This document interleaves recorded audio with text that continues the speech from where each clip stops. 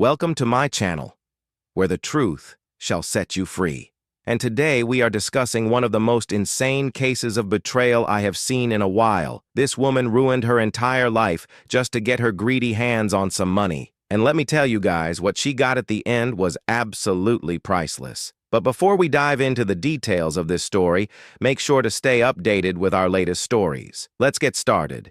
If you asked me what my favorite room in the house was, I would probably say it's my bedroom. It's where I share sweet moments with my lovely wife and where I can relax after a long day of work. So imagine my surprise when one late night I heard my wife talking on the phone right after I went to bed. She was whispering and I couldn't hear who she was speaking to or about what, which was odd because she always used her indoor voice when speaking on the phone. But there was something else too. The tone of her voice. She sounded scared. I didn't think much of it though.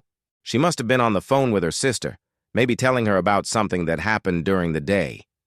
You know, women and their secrets. I don't remember exactly what woke me up that night. Maybe it was the soft whisper coming from the other side of the bed or the fact that I needed to pee. I stood up slowly, trying not to wake my wife, and walked toward the bathroom. On my way, I noticed her phone lying on the bedside table. It was unlocked, and I couldn't help but glance at the screen. Curiosity killed the cat, but satisfaction brought it back. Right there on the screen, there were 2 missed calls from an unknown number. You may ask, why did I care? After all, it was my wife's phone, but there was something about the whole situation that didn't feel right. Who calls in the middle of the night, and why did my wife seem so scared? I tried to go back to sleep, but those unanswered questions kept me awake. So I did something I knew I shouldn't have done. I took my wife's phone and scrolled through her text messages. It was a split second, just enough time to see the last message on the screen. It read, "Are you sure he's not listening?" It was followed by another one. "Don't worry, he sleeps like a baby. When he's gone, everything will be ours. Just sign the papers and the money is yours." The message was from a woman and it sent shivers down my spine. The next morning, I acted like nothing had happened. I kissed my wife goodbye and headed off to work. All day, I struggled to focus on my tasks. Those messages kept replaying in my head. Why would someone want to steal my money? And why was my wife involved? When I got home that evening, I confronted my wife. She was shocked and tried to explain.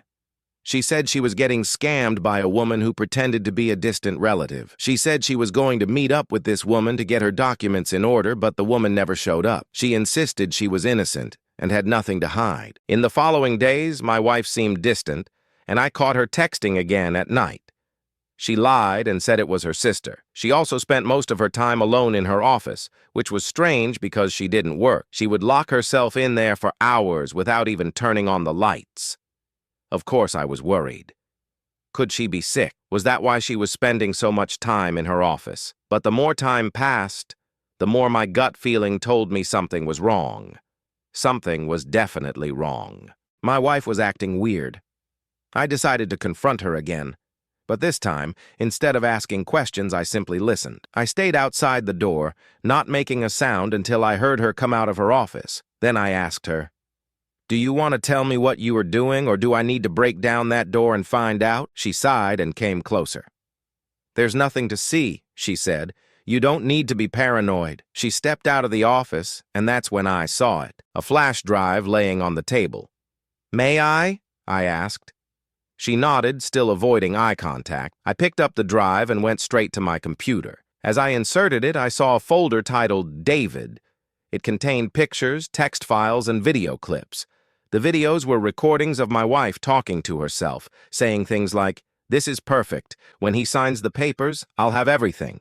There were also text files which revealed her plans to take over my father's inheritance. I felt betrayed, angry, and hurt. But I wasn't stupid either. I knew I couldn't fight my wife in court. She had the upper hand because of those papers.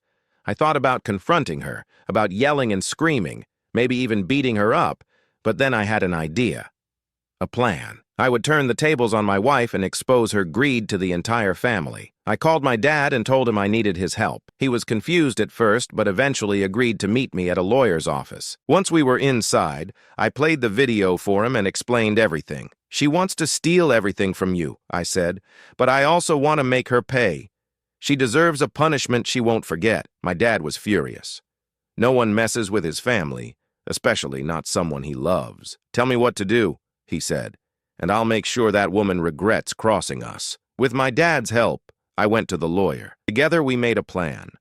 I would pretend to agree with my wife's plan and play along until the right moment. Then I would expose her in front of everyone. Meanwhile, my dad would make sure she wouldn't get anything from his will.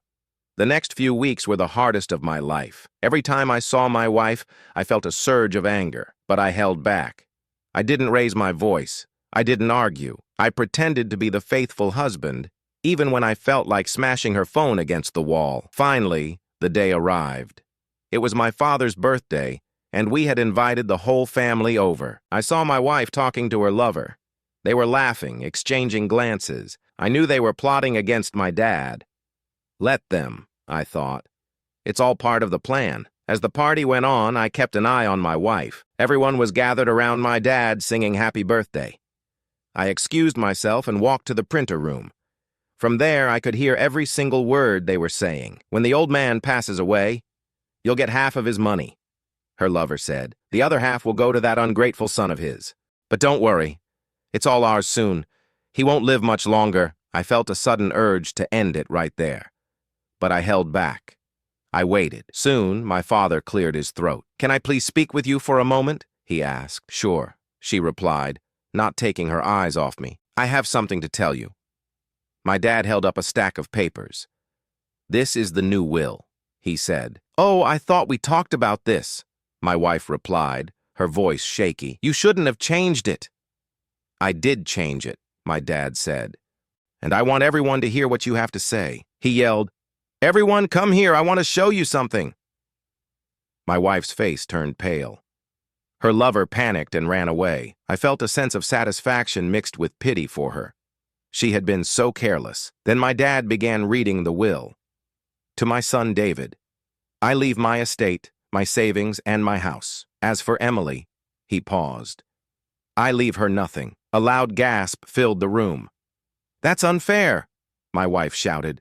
We were married for 10 years. Yes, my dad replied. But greed has no time limit. She showed her true colors, and I don't want her to receive even a penny from me. David, I leave everything to you. Make sure she doesn't get anything. Do we understand each other? I answered, Yes, Dad. He looked at my wife and said, It's signed, sealed, and delivered. There is nothing you can do to change it. Don't bother trying, Emily. You lost. She stormed out of the house, defeated and empty-handed. As for me, I inherited my dad's money, but that wasn't the best part. The best part was watching my wife lose everything. Thank you for watching this video. If you liked it, please stay tuned for more content. See you next time.